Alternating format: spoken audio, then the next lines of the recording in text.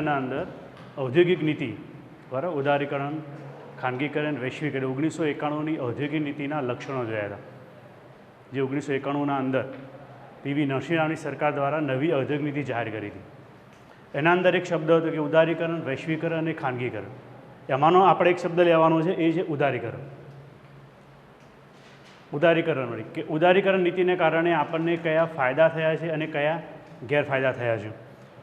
મેં તમને અગાઉ કીધું એ પ્રમાણે 1991 જે ઔદ્યોગિક નીતિ હતી એના અંદર 3 શબ્દો ઉમેરેલા છે: લિબરલાઇઝેશન, પ્રાઇવેટાઇઝેશન અને ગ્લોબલાઇઝેશન, જેને આપણે એલપીજીની નીતિ કહીએ છીએ. નવી ઔદ્યોગિક નીતિ જાહેર કરવામાં આવી, જેના કારણે દેશના ઔદ્યોગિક અને કૃષિ વિકાસ કરી શકાય. એમાંનો એક શબ્દ છે ઉદારીકરણ, જેને આપણે ઉદારતા કહીએ છીએ. જેને આપણે સાપેક્ષ ભાષામાં કહેવું હોય તો એને આપણે ઉદારતા કહી શકીએ. ઉદારતા એટલે તમે કોઈ પણ ચીજ વસ્તુ લેવા જાઓ છો કે કોઈ વસ્તુ તમે માગો છો કે કોઈ વસ્તુ તમે મેળવો છો, જો તમારા સામેવાળો વ્યક્તિ જો ઉદારતા હશે તો તમે વસ્તુ સારી મેળવવાના છો અને વધારે મેળવવાના છો. જેમ કે તમારે મકાન ભાડે લેવું છે, તમે મકાન ભાડે લેવા જાઓ છો અને સામેવાળો મકાનનો માલિક છે એ જો ઉદારતા દાખવશે, તમને એમ કહેશે કે તમારે 1 મહિનાનું લાઇટ બિલ ચૂકવવાનું નથી, 1 મહિનાનું પાણી બિલ ચૂકવવાનું નથી, કે 1 મહિનાનું ગેસ બિલ ચૂકવવાનું નથી, કે તમારે પંખા કે ટ્યુબલાઇટ લાવવાના નથી, તો એ આપણા પ્રત્યે ઉદારતા દાખવશે. તો જેટલી ઉદારતા દાખવશે એટલું આપણને સારું લાગશે, તો આપણે ત્યાં ઝડપી રહેવા જવાના છીએ. તો એવી રીતે વિદેશોની જે ઔદ્યોગિક છે, ઉદ્યોગો છે, એ ઉદ્યોગો ભારતમાં ક્યારે આવશે? તો એના માટે સરકાર દ્વારા કહેવામાં આવ્યું કે આપણે એના અંદર કરીએ છીએ લિબરલાઇઝેશન, ઉદારતા દાખવીએ છીએ. નવા ઉદ્યોગો સ્થાપવા માટેની સરકાર ઉદારતા દાખવશે. તો એના માટે નવી જેની નીતિ આવી છે એને કહેવાય છે ઉદારીકરણની નીતિ. એમાં પહેલી પ્રસ્તાવના છે કે ભારતના અંદર આઝાદી બાદ એટલે 1947માં આપણે આઝાદી મેળવી, એના પછી 1948ના અંદર પ્રથમ ઔદ્યોગિક નીતિ જાહેર કરવામાં આવી. ઉદ્યોગો માટેની પ્રથમ ઔદ્યોગિક નીતિ વર્ષ 1948ના અંદર જાહેર કરાઈ.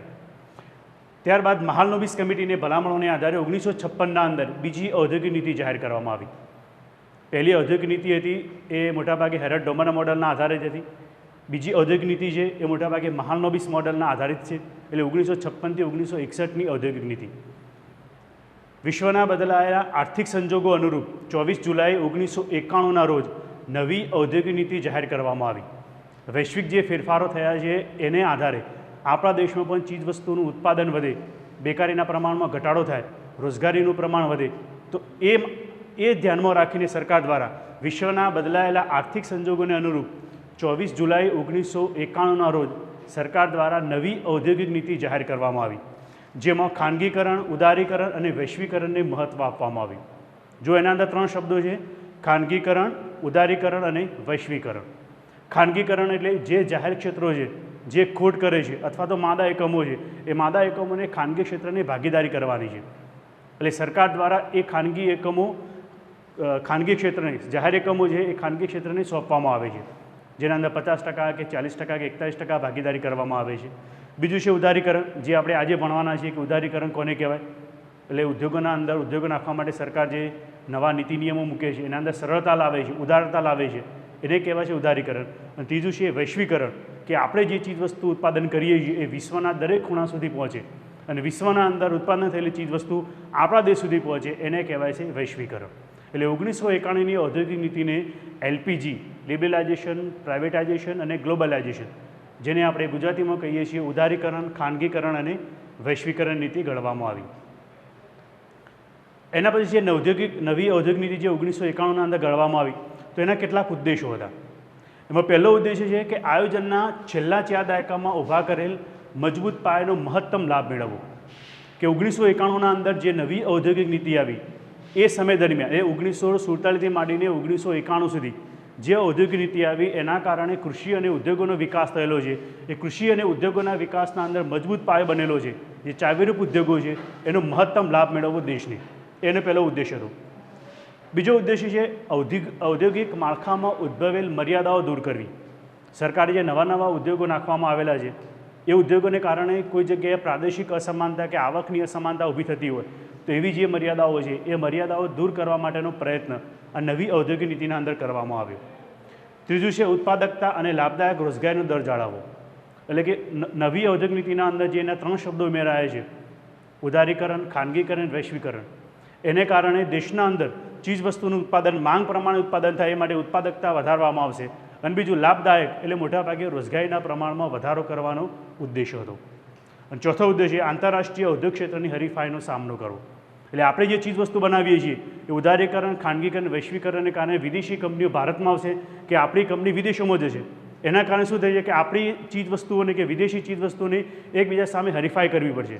હવે હરીફાઈમાં તમારે ઉતરવું હોય તો હરીફાઈમાં તમારે જીતવા માટે તમારી ચીજવસ્તુ ઓછી કિંમત અને ઊંચી ગુણવત્તાવાળી હોવી જોઈએ. તો એ ક્યારે શક્ય બનશે? વૈશ્વિકરણને કારણે. તો નવી ઔદ્યોગિક નીતિનો છેલ્લો ઉદ્દેશ હતો કે આંતરરાષ્ટ્રીય ઔદ્યોગિક ક્ષેત્રની હરીફાઈનો સામનો કરો, અને એ સામનો કરવા માટે આપણે ચીજવસ્તુના ઉત્પાદનમાં ગુણવત્તાયુક્ત અને નીચી કિંમતે વસ્તુનું ઉત્પાદન કરવામાં આવશે.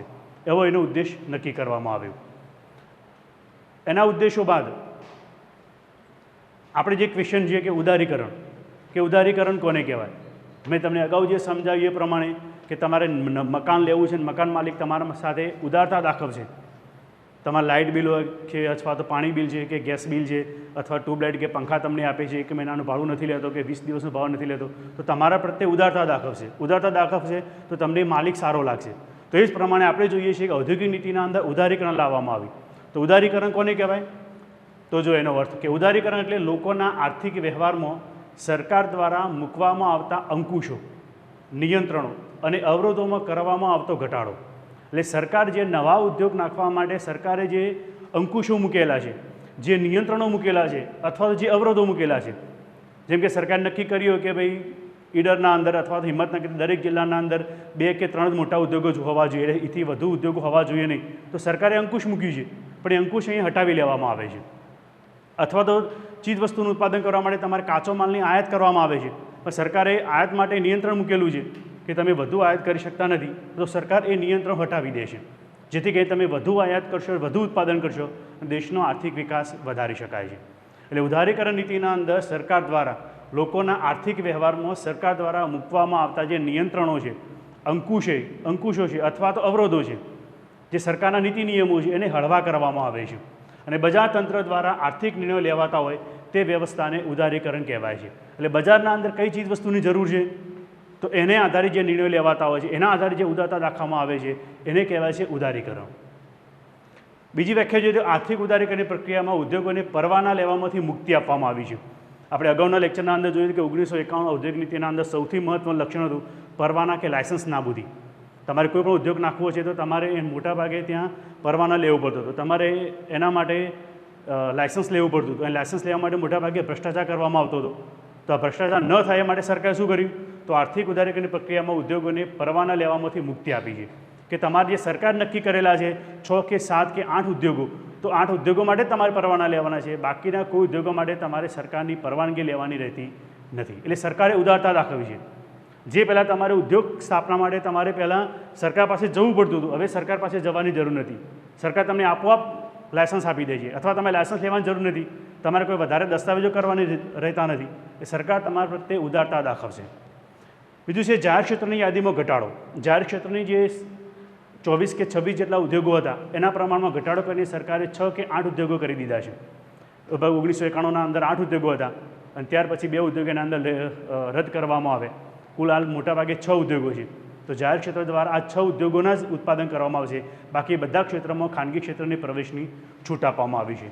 મૂડી વિનિવેશ તો એના અંદર આપણે એક શબ્દ જોઈએ ખાનગીકરણ. જેમ કે સરકાર, તો સરકાર દ્વારા જીબી બનાવવામાં આવે છે, ગુજરાત ઇલેક્ટ્રિક બોર્ડ, ગુજરાત સરકાર દ્વારા. તો સરકાર એના અંદર બીજી પ્રાઇવેટ કંપનીને પ્રવેશ કરશે. તો દાખલા તરીકે જીબીની મૂડી 100 કરોડની છે, તો સરકાર એના અંદર 50 કરોડની ભાગીદારી કરશે, તો 50 કરોડ પ્રાઇવેટ કંપનીને સરકારને આપવાના રહે છે. સરકાર એ 50 કરોડ મેળવીને શું કરશે? તો સરકાર એ 50 કરોડનો ઉપયોગ બીજા કોઈ ક્ષેત્ર કરશે, જેના કારણે આપણી સેવાઓના પ્રમાણના અંદર કે ગુણવત્તાના પ્રમાણમાં વધારો થાય. એટલે એના કારણે બીજો શબ્દ છે મૂડી વિનિવેશ.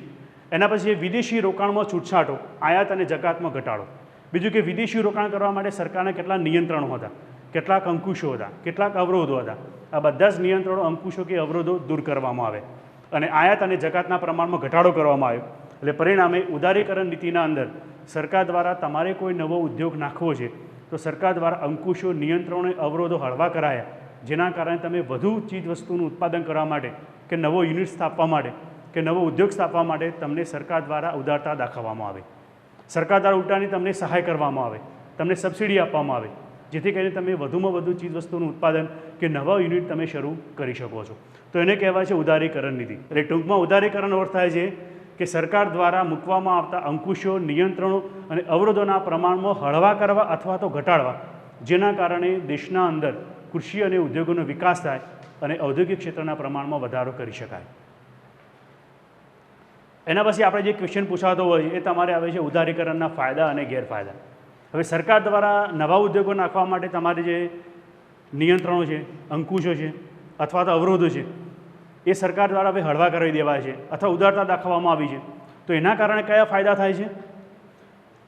તો ઉદારીકરણને કારણે પહેલો ફાયદો થયો છે સરકારને, ઔદ્યોગિક વિકાસના દરના પ્રમાણમાં વૃદ્ધિ થઈ છે.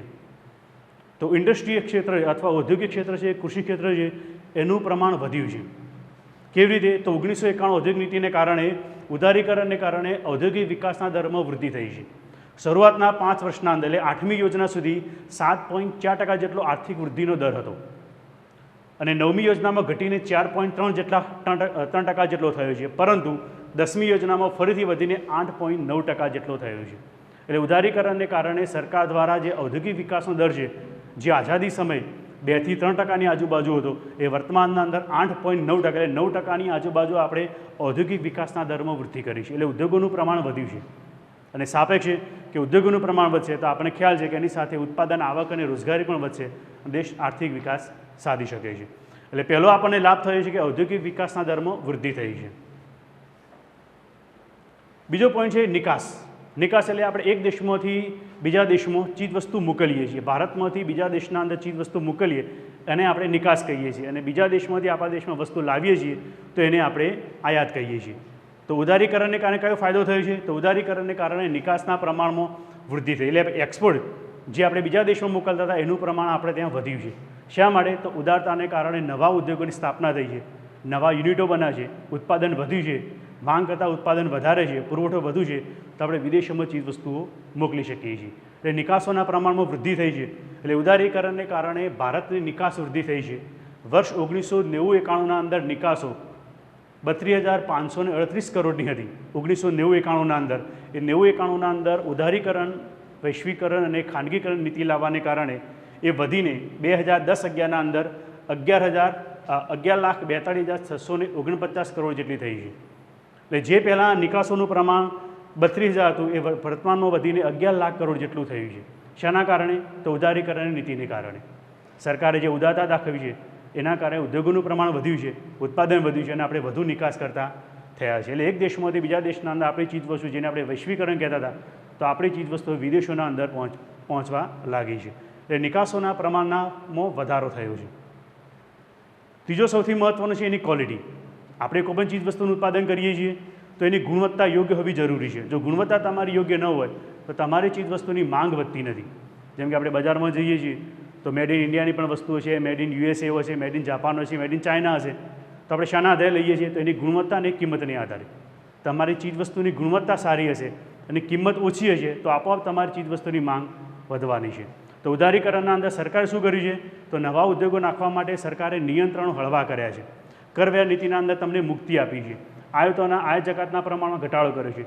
એટલે આપોઆપ તમારા કાચા માલની કિંમતનું પ્રમાણ ઘટી ગયું છે. એટલે MRTP એક્ટની મર્યાદા દૂર કરતા દેશના મોટા ઔદ્યોગિક ગૃહોનું ખાનગી ક્ષેત્રે રોકાણમાં નોંધપાત્ર વધ્યું છે. MRTP જે આપણે 1951 નીતિના અંદર જોયું હતું, ઇજારાશાહી નિયંત્રિત ધારો, તો સરકારે આ નિયંત્રિત ધારો મોટાભાગે રદ કર્યો છે. એટલે હવે જે કંપનીનું મૂડીરોકાણ 100 કરોડનું હોય તો એ 100 કરોડથી વધારે મૂડીરોકાણ કરવું હોય, નવો ઉદ્યોગ સ્થાપવો હોય તો એમને સરકાર પાસે પરવાના લેવાની જરૂર રહેતી નથી. એટલે આપોઆપ એ ચીજવસ્તુનું ઉત્પાદન કરી શકશે. બીજું કે આ એકમો આંતરરાષ્ટ્રીય કોર્પોરેશન સામે અસરકારક હરીફાઈ કરી શક્યા છે. જે કંપનીને પહેલાં 100 કરોડનું ઉત્પાદન કરતો હતું, 100 કરોડનું વેચાણ કરતું હતું, તો એના કારણે જે ઉત્પાદન થતું હતું એ ઉત્પાદનના પ્રમાણમાં વધારો કરવા માટે સરકારે શું કર્યું? તો એના માટે સરકારે જે આંતરરાષ્ટ્રીય ક્ષેત્રે જે ઇજારાશાહી નિયંત્રિત ધારો હતો એના પ્રમાણમાં ઘટાડો કરી અને એના કારણે નવા ઉદ્યોગોનું પ્રમાણ વિકસ્યું છે, નવા યુનિટો સ્થાપાયા છે. તો એના કારણે આપણું ઉત્પાદન વધ્યું છે અને વિદેશોના અંદર આપણે નિકાસ કરી શક્યા છીએ. ત્યાર પછી પરવાના મુક્તિ મળતા ખાનગી ક્ષેત્રે ઝડપથી વધી રહ્યું છે. બીજું મેં તમને અગાઉ કીધે પ્રમાણે કે આપણને પરવાનામાંથી મુક્તિ મળી છે, લાયસન્સમાંથી મુક્તિ મળી છે. હવે આપણે નવા ઉદ્યોગ સ્થાપવા માટે તમારે લાયસન્સ લેવાનું રહેતું નથી કે પરવાના લેવાના રહેતા નથી. એટલે તમે ગમે ત્યારે ગમે તે ચીજવસ્તુનું ઉત્પાદન સરકાર દ્વારા જે નિયંત્રિત કરેલા છે એ ચીજવસ્તુનું ઉત્પાદન તમે નક્કી કરી શકો છો અને ઉત્પાદન તમે કરો છો તો તમે એને એ ચીજવસ્તુની ગુણવત્તા તમે સારી લાવી શકો છો. જેના કારણે પ્રજાને વૈવિધ્યપૂર્ણ અને સારી ગુણવત્તાયુક્ત વસ્તુ અને સેવાઓની પ્રાપ્તિ થઈ છે. એટલે સરકાર દ્વારા ઉદારીકરણને કારણે નવી ટેકનોલોજી આપણા દેશમાં આવી છે, નીચી કિંમતે ચીજવસ્તુનું ઉત્પાદન થાય છે, સારી ગુણવત્તા હોય છે, તો એના કારણે આપણે ફાયદો થશે અને ઓછી કિંમતે ઊંચી ગુણવત્તાવાળી ચીજવસ્તુ આપણને પ્રાપ્ત થાય છે. શાને કારણે? તો ટેકનોલોજીને કારણે. તો એના કારણે આપણને એ ફાયદો થયો છે.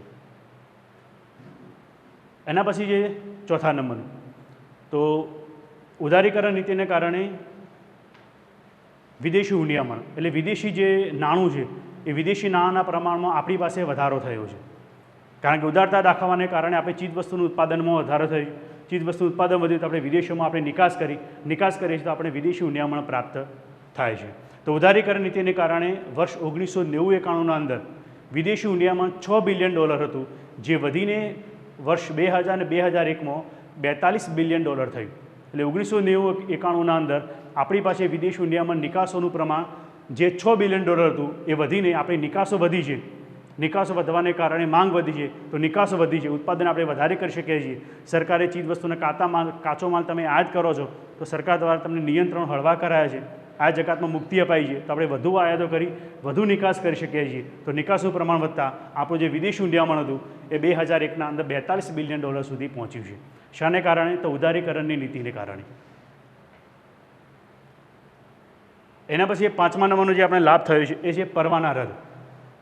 તમે તમને અગાઉ કીધું એ પ્રમાણે કે સરકાર દ્વારા તમારે ચીજવસ્તુનું ઉત્પાદન કરવું હોય તો તમારે એનો પરવાનો અથવા તમારે એનું લાયસન્સ લેવું પડે છે.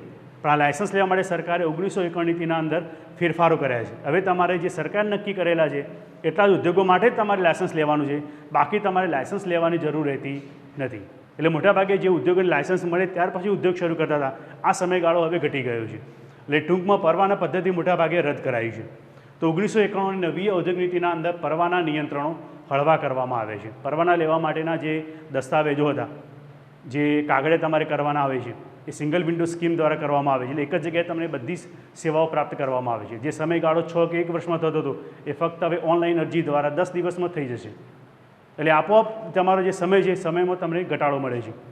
બીજું કે કોલસો, લિગ્નાઇટ, પેટ્રોલિયમ પેદાશો અને સ્વાસ્થ્યને હાનિકારક રસાયણો વગેરે જેવા 18 ઉદ્યોગોને અને 1993થી મોટર, ચામડું અને મોશકની ચીજવસ્તુને પણ પરવાના મુક્ત કરવામાં આવ્યા છે.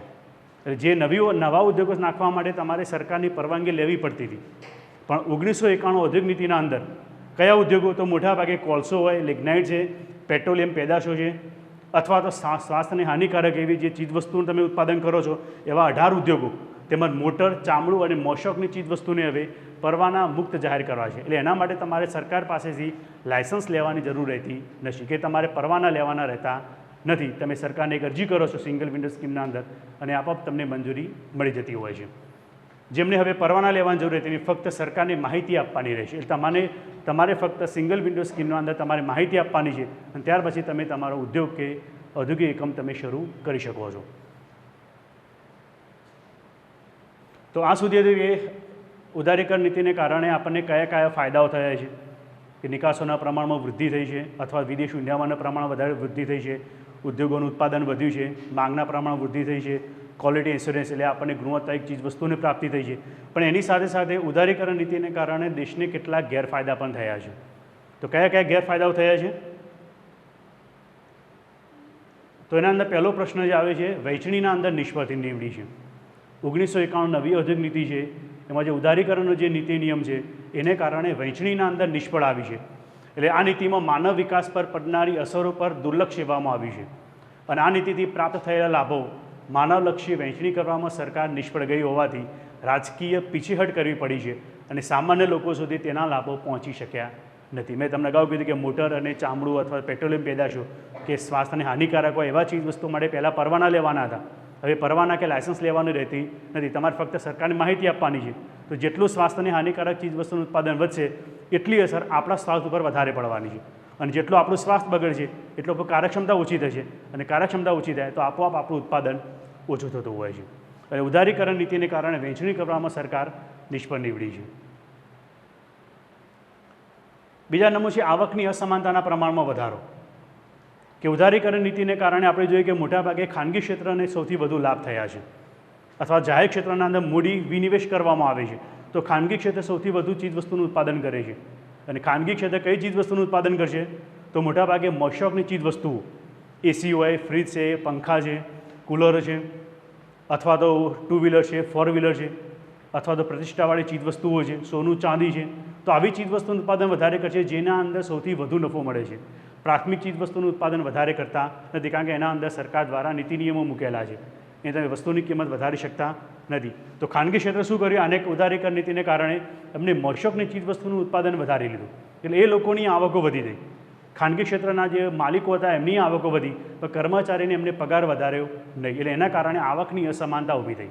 એટલે ખાનગી ક્ષેત્રના માલિકોની આવકો વધતી થઈ, પણ એના કારણે એના જે મજૂરો છે કે કર્મચારીઓ છે એમની આવકમાં વધારો થયો નથી, એટલે પરિણામે આવકની અસમાનતા સર્જાઈ છે. તો ઉદારીકરણને કારણે મહત્તમ લાભ ઉત્પાદકોને મળ્યા છે, જેમની આવકો વધી છે અને વધુ નફો મળતા થયા છે, જેના કારણે આવકની અસમાનતા વધી છે, કારણ કે નફાનો ભાગ તેમના કર્મચારી સુધી પહોંચ્યો નથી. એટલે ઉદારીકરણને કારણે સરકારે પરવાના લેવાના બંધ કર્યા છે, લાયસન્સ પદ્ધતિ દૂર કરી છે, MRTP એક્ટ રદ કરાયો છે, નવા ચીજવસ્તુનું ઉત્પાદન તમે કરી શકો છો. સરકારે આયાતો માટે મુક્તિ અપાઈ છે, નિકાસો માટે પ્રોત્સાહન અપાયા છે, નિયંત્રણો હળવા કરાયા છે. તો એનો લાભ કોને મળ્યો છે? તો ઔદ્યોગિક ગૃહોને, એના માલિકોને. પણ એ લાભ એમને કર્મચારીઓ સુધી પહોંચાડ્યો નથી. એટલે એના કારણે ફક્ત જે ખાનગી માલિકો છે એમની આવક વધી છે, જ્યારે કર્મચારીઓની આવક વધી નથી. એટલે આવકની અસમાનતાના પ્રમાણમાં વધારો થયો છે. એના બાદ ત્રીજો નંબર છે બચત ઉપર વિપરીત અસર. આજે આપણે જાણીએ છીએ કે આપણી જેટલી આવક છે એ આવકના અંદર આપણો મોટાભાગની જીવન જરૂરી ચીજવસ્તુ પાછળ કે આપણા વપરાશી ચીજવસ્તુઓ પાછળ આપણે 70% જેટલો ભાગ ખર્ચીએ છીએ. એટલે આપણી આવક ઓછી છે તો 70% ભાગ આપણે આવક પાસે ખર્ચવાના, તો આપણે બચત વધુ કરી શકવાના નથી. અને તમે બચત વધુ ન કરો તો સરકાર પાસે મૂડીરોકાણ વધવાનું નથી. આપણે અગાઉના સ્લાઇડમાં જોયું કે આવકની અસમાનતા પર વિપરીત અસર. તો લોકોની આવકો વધી છે ખરી, પણ કોની વધી છે? તો મોટાભાગે ખાનગી મૂડીરોકાણકારો છે એમની આવકો વધી છે, જ્યારે કર્મચારીઓ છે એમની આવકોના પ્રમાણમાં વધારો થયો નથી. તો વિકાસ માટે અનિવાર્ય ક્ષેત્રમાં વિદેશી મૂડીરોકાણ ઓછી આવી છે, જ્યારે નફાકારક વપરાશી ઉદ્યોગોના અંદર વધુ મૂડી આવી છે. મેં તમને અગાઉ કીધું એ પ્રમાણે કે તમે ઉદ્યોગ નાખવા માગો છો તો આપણે કયો ઉદ્યોગ નાખીશું કે જેની માંગ સૌથી વધુ છે, જેમાંથી આપણે નફો સૌથી વધુ પ્રાપ્ત થાય છે. જેમાં નફો પ્રાપ્ત થતો ન હોય એવી ચીજવસ્તુના આપણે ઉત્પાદન કરતા નથી. એટલે પ્રાથમિક ચીજવસ્તુઓ છે તો એની અંદર કોઈ માંગ વધુ હોવાની પણ કિંમત તમે વધારી શકવાના નથી. જ્યારે ફ્રીજ છે, ટુ વ્હીલર છે, ફોર વ્હીલર છે, અથવા તો સોનું કે ચાંદીના ઝવેરાત છે, એની કિંમતમાં તમે વધારો કરો છો તો આપોઆપ તમારી માંગ વધે છે, અને માંગ વધે છે તમને વધુ નફો પણ તમે મેળવી શકો છો. એટલે જે મોટાભાગનું મૂડીરોકાણ થયું છે એ બધું જ મૂડીરોકાણ નફાકારક ચીજવસ્તુના અંદર થયું છે, પ્રાથમિક ચીજવસ્તુના અંદર થયું નથી, કે સેવાકીય ઉદ્યોગોના અંદર કે સેવાની ચીજવસ્તુના અંદર થયું નથી. તો એના કારણે બચત ઉપર આપણી વિપરીત અસર પડી છે. બીજી બાજુ જાહેરાતોના પ્રભુત્વને કારણે વપરાશવાદ વધ્યો છે. આપણે ટીવી જોતા હોઈએ છીએ, ફિલ્મ જુઓ છો કે તમે સિરિયલો જુઓ છો, તો એના અંદર જે જાહેરાત આવે છે એ જાહેરાતથી પ્રેરણે આપણે ચીજવસ્તુ ખરીદીએ છીએ. એ જાહેરાત કોની આવે છે? તો મોટાભાગે ખાનગી ક્ષેત્રની આવે છે, કે જેમાં સૌથી વધુ નફો છે. અને એ જાહેરાતથી પ્રેરણે આપણે ચીજવસ્તુ લેવા તૈયાર થઈએ છીએ, જ્યારે નાના કે ગૃહ ઉદ્યોગની ચીજવસ્તુ લેવા માટે આપણે તૈયાર થતા નથી, કારણ કે એમની જાહેરાતો આપતી નથી. એટલે નફાકારક ચીજવસ્તુની જાહેરાતો વધી છે, એમનો વપરાશ વધ્યો છે, અને એના કારણે આપણી સામાન્ય બચત કરવાની ઈચ્છા શક્તિ એના ઉપર આપણે વિપરીત અસર પડી છે. આપણે મોટાભાગની આવકનો સૌથી વધુ ભાગ મોશોકની ચીજવસ્તુઓ પાછળ ખર્ચી દઈએ છીએ, જ્યારે આપણે બચત એના પ્રમાણે ઓછી કરીએ છીએ. એટલે બચતો ઘટશે તો મૂડીરોકાણ પણ ઘટે છે. એટલે બચત કરવાને બદલે મોશોકની ચીજવસ્તુ પાછળ વધુ ખર્ચ કરવા લાગે છે, જેથી પુરવઠાની કરતાં માંગ પણ વધવા લાગી છે. એટલે આપણે આવકનો જેટલો ભાગ આવે છે એમાંથી આપણે 50થી 60% ભાગ આપણે વપરાશ ચીજવસ્તુ પાસે ખર્ચીએ છીએ, બાકીનો 20થી 30% ભાગ મોટાભાગે આપણે મોશોકની ચીજવસ્તુ પાસે ખર્ચીએ છીએ, અને 10થી 15% જેટલો ભાગ આપણે મોટાભાગે બચત કરીએ છીએ. એટલે આપણે મોશોકની ચીજવસ્તુ પાછળ વધુ ખર્ચ કરતા થયા છીએ, તો એના કારણે આપણી બચતો ઘટશે તો સરકાર પાસે મૂડીરોકાણ આપોઆપ ઘટી જતું. એના પછી છે બેકારી. આપણે જાણીએ છીએ કે ઉદારીકરણ એનો મતલબ કે આપણે ચીજવસ્તુના ઉત્પાદન માટે ઉદ્યોગો લાવીએ, તો ઉદ્યોગોના અંદર આપણે મોટાભાગે નવી ટેકનોલોજીનો ઉપયોગ કરીએ છીએ. હવે તમે નવી ટેકનોલોજી લાવો એનો મતલબ છે યંત્રો લાવો છો, કોમ્પ્યુટર દ્વારા સંચાલિત સાધનો લાવો છો. તો કોમ્પ્યુટર દ્વારા સંચાલિત સાધનો હોય તો જે પહેલાં 20 વ્યક્તિઓ કામ કરતા હતા એ હવે ફક્ત કોમ્પ્યુટર ઉપર બેસીને એક જ વ્યક્તિ કામ કરી શકે છે. એટલે એના કારણે તમે 19 વ્યક્તિઓને બેકાર કરો છો. એટલે ઉદારીકરણ નીતિને કારણે જેમ જેમ ટેકનોલોજી વધી છે, પણ ટેકનોલોજીને ચલાવવા માટેના લોકો પાસે, આપણા લોકો પાસે એટલી સેવાઓ નથી, કે આપણે શિક્ષણ નથી, કે આપણે તાલીમ મેળવી નથી, તો એને કારણે લોકોને છૂટા કરવામાં આવે છે, અને એના કારણે બેકારીના પ્રમાણમાં વધારો થાય છે. તો ઉદારીકરણને કારણે હરીફાઈ ક્ષમતા વધતા અને ટેકનોલોજીના ઉપયોગને કારણે નાના ઉદ્યોગોની વસ્તુ મોટા ઉદ્યોગો સામે હરીફાઈ કરી શકતી નથી અને ઉદ્યોગો બંધ થવા લાગે છે. જેમ કે તમે અત્યારે જુઓ તો મોટાભાગે અથાણા કે પાપડનો ઉદ્યોગ અથવા તો રેફરનો ઉદ્યોગ હતો, તો જે નાના ઉદ્યોગો હતા એ બંધ થવા લાગ્યા છે. એની જગ્યાએ મોટી મોટી કંપનીઓ જેના જાહેરાતો આવે છે એવી ચીજ વસ્તુને આપણે વપરાશ વધારી છે. વિદેશી કંપનીઓ છે, તો વિદેશી કંપનીઓને કારણે ટેકનોલોજીને કારણે ઓછી કિંમતે સૌથી વધુ ઉત્પાદન કરી શકે છે. પણ જે નાના અને ગૃહ ઉદ્યોગો છે એમને ઉત્પાદન ખર્ચ વધુ આવે છે, એટલે આપણે એ ચીજ વસ્તુ ખરીદતા નથી, એટલે આપોઆપ એ ચીજ વસ્તુની માંગ ઘટી જાય છે અને નાના ઉદ્યોગો બંધ થઈ જાય છે. અને નાના ઉદ્યોગો બંધ થતાં મોટાભાગે બેકારીનું પ્રમાણ વધે છે. બીજી બાજુ નવી ટેકનોલોજીનો ઉપયોગ થતાં કેટલાક કર્મચારીને છૂટા કરવા પડે છે અને બેકારીનું પ્રમાણ વધે છે. આપણે ઉદ્યોગોના અંદર યંત્રો લાવીએ છીએ, સાથે કોમ્પ્યુટર કે અથવા એના નિષ્ણાત વ્યક્તિઓ જોઈએ છીએ, પણ આપણા દેશના અંદર એ યંત્ર હોવાથી, નવું યંત્ર હોવાથી આપણા દેશના જે નાગરિકો છે એમને એ પ્રત્યે પૂરતું શિક્ષણ હોતું નથી. એટલે આપણે એમને છૂટા કરી દઈએ છીએ અને બીજા લોકોને ભરતી કરીએ છીએ. લોકો છૂટા થશે તો આપોઆપ બેકારીનું પ્રમાણ વધે છે. એટલે ઉદારીકરણ નીતિને કારણે જેટલા ઉદ્યોગો વધ્યા છે, ટેકનોલોજી વધી છે, એટલું આપણે શિક્ષણ અને તાલીમ આપી શક્યા નથી. પરિણામે ટૂંકા સમયગાળા માટે એ લોકોને આપણે છૂટા કરવા પડે છે. એના પછી જે નાના ઉદ્યોગો પર સૌથી મહત્ત્વની એની જે વિપરીત અસર પડી છે એ નાના ઉદ્યોગો પર પડી છે. તો ઉદારીકરણ નીતિને કારણે નવી ઔદ્યોગિક નીતિ કે ઉદ્યોગોના અંદર ઉદારીકરણને કારણે ચાઇના, કોરિયા જેવા દેશોના રમકડાં, ઇલેક્ટ્રોનિક વસ્તુઓ અને વપરાશી વસ્તુઓ ભારતના બજારના અંદર નીચી કિંમતે મળે છે અને ભારતના ઉદ્યોગો પર એની વિપરીત અસર થાય છે. આપણે બજારના અંદર આપણે કોઈપણ ચીજ વસ્તુ લેવા જઈએ તો એની ડુપ્લિકેટ ચાઇના દ્વારા બનાવવામાં આવે છે કે જાપાન દ્વારા બનાવવામાં આવે છે. એ આપણને ઓછી કિંમતે પ્રાપ્ત થાય છે. તો આપણે આપણા દેશની જે મેડ ઇન ઇન્ડિયા હોય છે એ ચીજ વસ્તુ આપણે ખરીદતા નથી. એટલે આપોઆપ આપણા દેશના નાના ઉદ્યોગો બંધ થવા લાગે છે અને વિદેશોની જે આપણે વિદેશોમાંથી આયાત કરી છે એનું પ્રમાણ વધે છે. તો એના કારણે આપણે નાના ઉદ્યોગો પર વિપરીત અસર થાય છે અને નાના ઉદ્યોગો આપણે ધીમે ધીમે બંધ થવા લાગે છે અને દેશના અંદર ઉદ્યોગોના અંદર તો બેકારીનું પ્રમાણ વધવા લાગે છે. તો આ ઉદારીકરણ નીતિ આવી, તો ઉદારીકરણ નીતિને કારણે ભારતના અંદર ફાયદા થયા છે. જેમ કે MRTP એક્ટ રદ કરવામાં આવ્યો, નવા ઉદ્યોગોની સ્થાપનામાં સરકારે પરવાના આપે છે, નિયંત્રણો હળવા કર્યા છે, ઉત્પાદનનું પ્રમાણ વધ્યું છે, રોજગારીનું પ્રમાણ વધ્યું છે. પણ એની સાથે કેટલીક ગેરફાયદા પણ હતા, જે આપણે જોઈએ કે બેકારીનું પ્રમાણ વધ્યું, કે નાના ઉદ્યોગો પર વિપરીત અસર, બચતો પર વિપરીત અસર. તો એના કારણે ઉદારીકરણ નીતિને કારણે ફાયદા પણ થયા છે, તો કેટલાક ગેરફાયદા પણ થયા છે. તો આના અંદર તમારો કોઈ પ્રશ્ન હોય તો પૂછી શકો છો.